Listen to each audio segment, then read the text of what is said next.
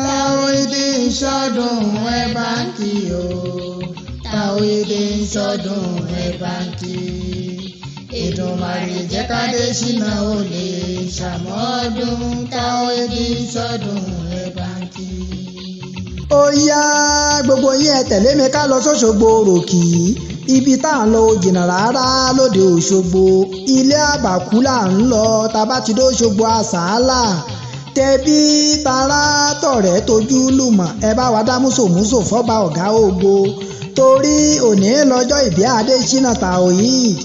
Ọpẹ́ ńlá fọ́ba adániwáyé, ìyìn pàtàkì fún wa ìdòlè kọ̀hár. Ọjọ́ ìdùnnú lónìí jẹ́ nínú ìgbésí ayé rẹ̀ ọkọ Ájíà Àmínátù. Ọjọ́ 13 oṣù kẹrin ọdún ló mú mi ayé baba Saad ọmọ Abdulateef abá ọdúpẹ́ okú oríire o. ò ní rántí ọjọ́ òní kó o wá káwọ́ lórí fẹsẹ̀ janlẹ̀. wọn ò ní káwọ́ lé ọ léjìká lọ́lá oúnjẹ ńlá baba Fátímátà. Bàbá Rọ̀hímọ̀ tí ó bá ti ń sùn tí ò ń jí mo fẹ́ kó máa rántí pé ọ̀pọ̀ ni wọ́n jọ bí yín sáyé lọ́jọ́ kan náà tí wọ́n ti padà sájú lé ọ̀run. Ọ̀pọ̀ ló ti bá kan oṣù lọ, ọ̀pọ̀ lẹ́jọ́ wà láàyè ṣùgbọ́n tí gbèsè ayé wọn ò ṣe é fi yangàn láwùjọ. A ò fi yọ̀ wọ́n o, ṣùgbọ́n a fi ń gbórúkọ sáàtì lókè gan ni.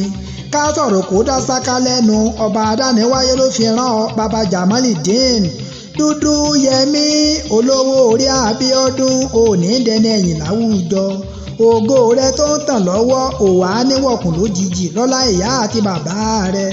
Òní fojú àtàrà sunkún lórí aya àtọmọ lọ́lá oṣẹ́ ńlá ànábì Muhammad Tàòyìd. Mo ṣetán mo fẹ́ bá ọ dénú ilé bàbá tó bí ọ lọ́mọ. Òṣogbo Òròkì ni ọ́ o. Òṣogbo Òròkì àsálà ẹ̀yin lọ́mọ onílẹ̀ obì. Òṣogbo ìlú àró ń bẹ lóṣogbo ní fi ń wu ni. Ọ̀ṣun ń bẹ lóṣogbo fi ń wùyàn. Òṣogbo Òròkì ọmọ yèyé Ọ̀ṣun yèyé àtẹwọ́gbẹja Ọ̀ṣun ṣẹ̀ǹgẹ̀ṣẹ́ aníyàn lábẹ̀bẹ̀. Ògbójò obìnrin tí ń fọwọ́ gbọgbọrọ yọmọ rẹ̀ lọ́fìn. Yèyé lárò oyè tó ti po léwádò nílẹ̀ lóṣogbo. Ọmọ odò kan tí wọ́n pè lọ́ṣun. Ọ̀ṣun torí ajigbàrà lẹ̀kẹ̀ ó bá wọn lọ́rùn gígùn.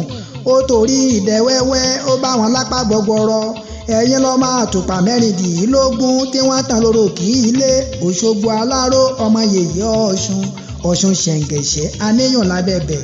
Tàòyìd tí ó bá ń gbóhùn lẹ́nu mi Ájíà Àmínát aya rere lọ́ọ̀dẹ ọkọ pẹ̀lú àwọn ọmọ rẹ̀ náà ní kí n máa kí ọ kú ayẹyẹ orí kádùn òní.